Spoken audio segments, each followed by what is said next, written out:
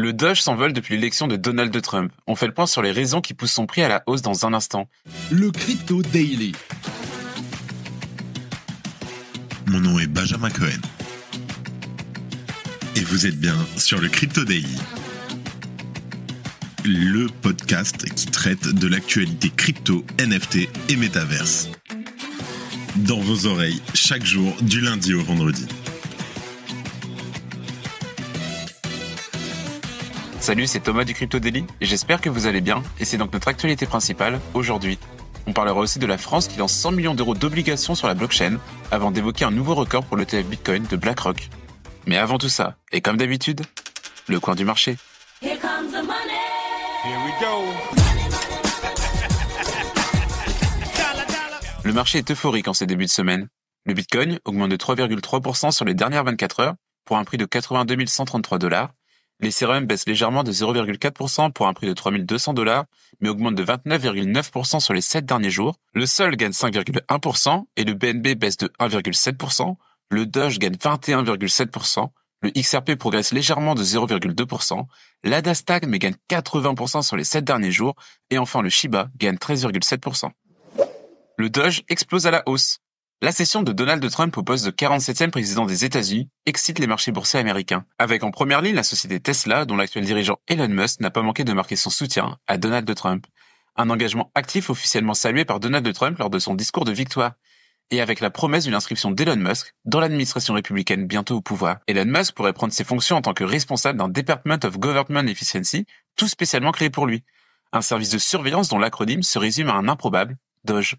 Pas besoin de plus pour exciter les traders de memecoin en quête de rendement explosif, car dans le même temps, le marché des crypto-monnaies enregistre une hausse généralisée dans le sillage d'un nouvel ATH du Bitcoin. Un mouvement au sein duquel le Dogecoin ne manque pas de se démarquer, avec une envolée en tête des classements sur les 7 derniers jours. Et en fait, il suffit de se tourner vers le site CoinGecko pour constater que le Dogecoin prend en seconde position des meilleures performances crypto sur les derniers jours.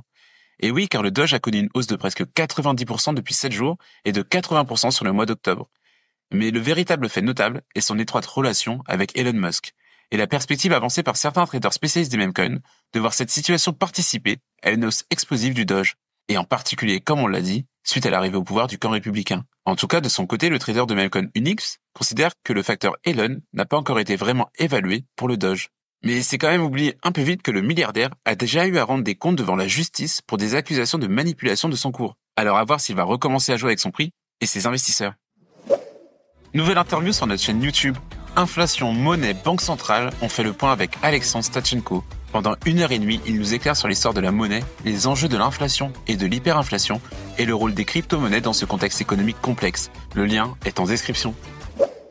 La France émet 100 millions d'euros d'obligations sur la blockchain. Ce n'est plus un secret, les leaders du monde financier s'intéressent désormais activement aux technologies blockchain. Et dans cette dynamique, la Caisse des dépôts a réalisé sa première émission d'obligations sur la blockchain, et ce, à hauteur de 100 millions d'euros. Le communiqué parle plutôt d'obligations digitales et natives et de registres distribués. Mais en fait, il s'agit bien de DL3S qui a été utilisé, un réseau construit en partenariat avec IBM et la Banque de France.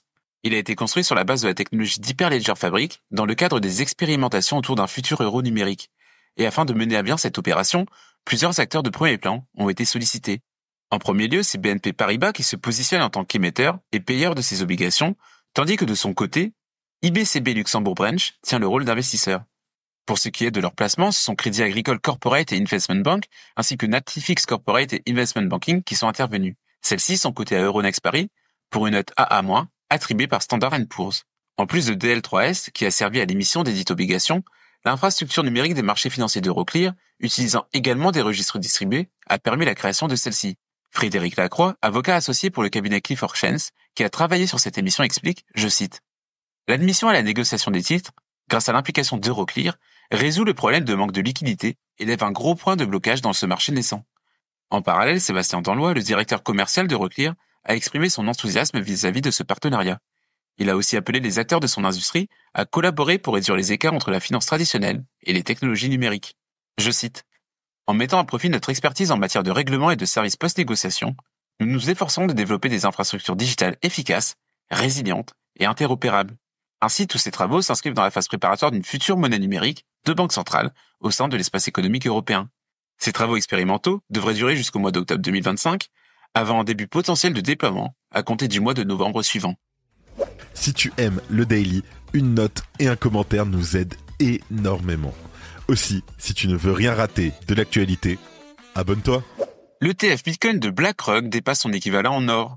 l'IBIT de BlackRock vient de franchir une étape symbolique en surpassant l'eShares Gold Trust en termes d'actifs sous gestion.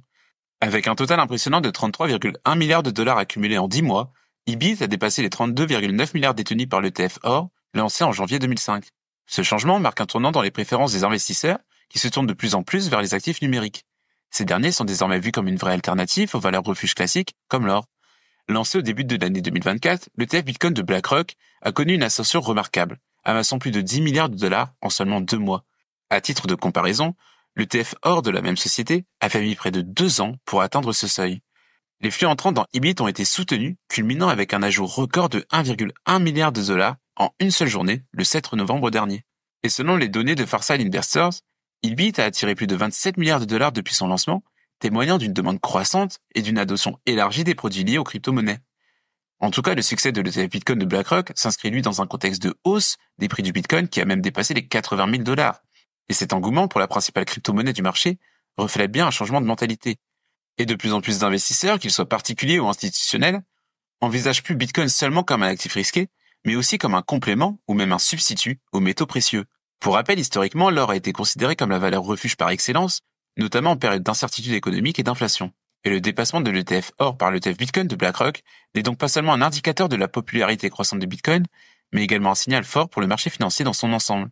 Il suggère en fait que l'écosystème des crypto-monnaies gagne en légitimité et attire des capitaux qui, autrefois, se dirigeaient vers des investissements jugés plus sûrs.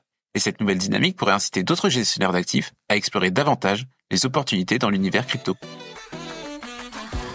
Et voilà, c'est fini pour nos 3 news principales du jour, et on passe maintenant aux brèves.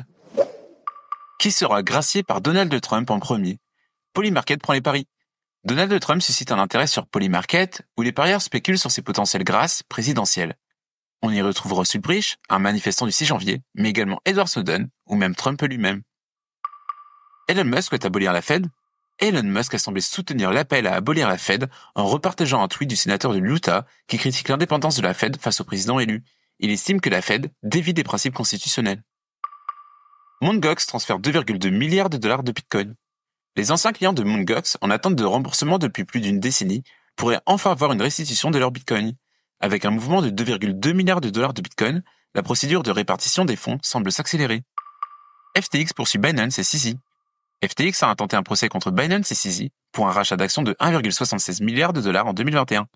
FTX affirme que cette transaction, payée en partie en FTT, a été frauduleuse car FTX et Alameda étaient déjà insolvables à l'époque.